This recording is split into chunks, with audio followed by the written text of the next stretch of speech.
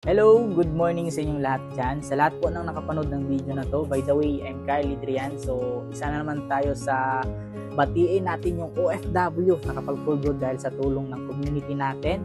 Diba? So, syempre, sana po bahalang pakilala sa inyo. Yes, Coach. Thank you so much. By the way, ako nga pala si Chinilin Sarukam, OFW from Kuwait.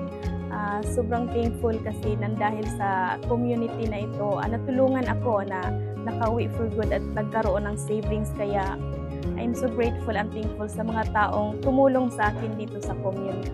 Ayun, so ano yung message mo sa mga kababayan din natin abroad na matagal na doon sa ibang bansa?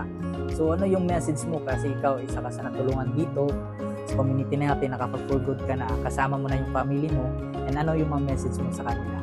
Yes, Coach. Ma-message ko lang sa mga kapwa ko OFW din kung na-share mo ito sa opportunity na nakita mo, i-grab mo itong opportunity. Kumbaga, sumubok ka lang kasi dati sumubok lang din ako. Kumbaga, naglakas loob tayo pumunta ng abroad at sana gawin mo ito. Lakasan mo yung loob mo na i-grab yung opportunity kasi alam ko, ito yung opportunity na makakatulong sa'yo. Yes, so syempre sa lahat po ng nakapanood ng video na to, katulad ka din ni Ma'am na isa ding OFW na tulungan dito sa community natin. So maniwala ka lang din kasi ang dami na din po talagang patunay na nakapag-for good na nagkaroon ng magandang resulta. Panood mo na to, ikaw naman yung next. Yes.